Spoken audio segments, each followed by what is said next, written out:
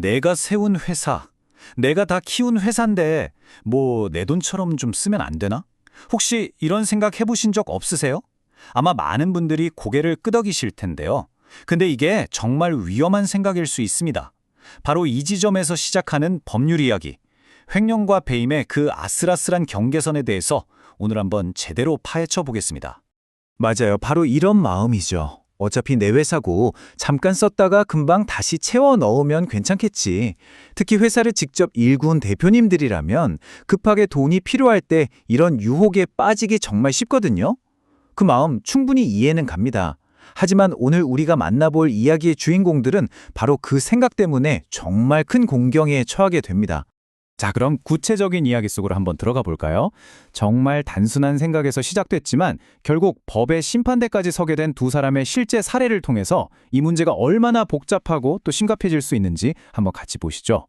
먼저 김 대표님 이야기부터 시작해 볼게요. 중현 건설사를 아주 잘 운영하고 계셨는데 갑자기 개인적으로 빚을 갚아야 할 일이 생긴 거예요.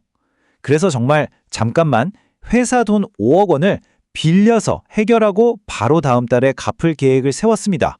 이번엔 같은 회사의 박 사원 이야기입니다. 이분은 창고를 관리하는 책임자는 아니었어요. 그냥 지게차를 운전하면서 자재를 옮기는 직원이었습니다.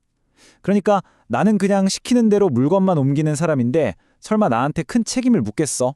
이렇게 좀 가볍게 생각하고 창고에 있던 비싼 구리 자재를 빼돌려 팔아버린 거죠. 자, 이 두 사람 다 나름의 이유가 있었어요. 김 대표는 어차피 돈 다시 갚았으니까 회사에 손해준 거 없다. 박 사원은 나는 책임자도 아닌데 무슨 상관이냐 이렇게 주장을 한 거죠. 과연 법원에서는 이 얘기를 들어줬을까요? 결국 회사 내부 감사에 검찰 수사까지 받으면서 두 사람 다 법정에 서게 됐습니다. 과연 그들의 변명 법 앞에서 통했을까요? 결과는 아주 명확했습니다. 유죄. 네, 법원은 두 사람 모두에게 책임을 물었습니다. 아니 도대체 왜 그랬을까요? 지금부터 그 이유를 하나하나 뜯어보겠습니다. 바로 이 대법원 판결문 때문이에요. 아주 간단하게 말해서 범죄는 그 행동을 한 바로 그 순간, 바로 그때 성립한다는 겁니다. 나중에 돈을 다시 채워 넣었다고 해서 그게 없던 일이 되진 않는다는 거죠. 뭐랄까, 우리가 가게에서 물건을 훔쳤다가 죄송합니다 하고 돌려준다고 해서 절도죄가 사라지는 건 아니잖아요. 바로 똑같은 원리입니다.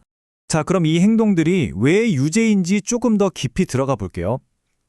이걸 이해하려면 우리가 횡령이랑 배임이라는 두 단어의 차이를 좀 알아야 합니다. 보세요. 되게 쉽게 설명되어 있죠. 횡령은 말 그대로 내 주머니에 들어온 남의 돈을 꿀꺽하는 거예요. 내가 보관하고 있던 돈을 슬쩍하는 거죠. 반면에 배임은 회사를 위해 일해야 할 사람이 그 믿음을 저버리고 회사에 손해를 끼치는 거예요. 김 대표님 케이스를 보면 딱 이해가 돼요. 회사 돈을 자기 계좌로 쓱 옮겼죠? 이건 횡령입니다. 그리고 동시에 회사를 책임져야 할 대표가 회사에 손해를 끼칠 위험을 만들었잖아요? 이건 배임에도 해당될 수 있는 거예요. 그러니까 하나의 행동이 두 가지 범죄에 다 걸릴 수 있다는 거, 이게 진짜 중요한 포인트입니다. 법원은요, 이 사람들이 무슨 직책이었는지 또 나중에 갚으려고 했어요 하는 그런 마음이 어땠는지 이런 것보다 훨씬 더 중요한 두 가지 원칙을 가지고 판단을 합니다.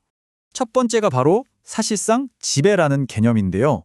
이게 딱 박사원 케이스에 해당돼요.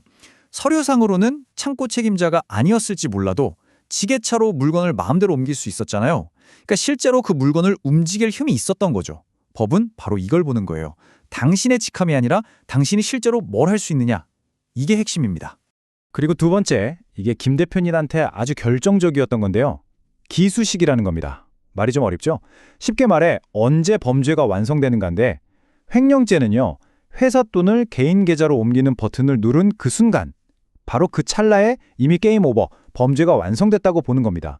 나중에 갚을 건데요? 이 말은 범죄가 성립된 다음의 이야기일 뿐이라는 거죠. 듣기만 해도 좀 아찔하죠? 그럼 어떻게 해야 이런 상황을 피할 수 있을까요? 우리가 범죄자가 되지 않기 위해서 이 두 사례가 알려주는 딱 세 가지 명심해야 할 규칙들을 정리해 드릴게요. 첫째, 회사 돈이랑 내 돈은 그냥 다른 사람 돈이라고 생각하세요. 완전히 철저하게 분리해야 합니다. 둘째, 누가 시켜서 했어요? 이거 법원에서는 안 통합니다. 잘못된 짓인 줄 알면서 따르면 당신도 공범이 될 수 있어요. 그리고 마지막으로 가장 많이들 착각하시는 건데 돈을 다시 갚는다고 죄가 없어지는 게 절대 아닙니다. 물론 나중에 형량을 정할 때 조금은 도움이 될 수 있겠지만 범죄 기록 자체가 사라지지는 않는다는 거 꼭 기억하셔야 해요. 여기서 중요한 건 액수가 아니에요. 법은요, 단돈 1원이라도 정식 절차 없이 내 맘대로 썼다면 그게 바로 횡령이라고 봅니다. 1원이든 1억이든 선을 넘는 건 똑같다는 거죠. 법이 말하는 선은 아주 명확합니다. 회색지대 같은 건 없어요. 오늘 이 이야기를 들으신 여러분께 한번 묻고 싶습니다. 여러분의 선은 어디에 있나요? 에이, 이 정도는 괜찮겠지 하는 바로 그 생각이 어쩌면 모든 걸 무너뜨릴 수 있는 가장 위험한 생각일지도 모릅니다.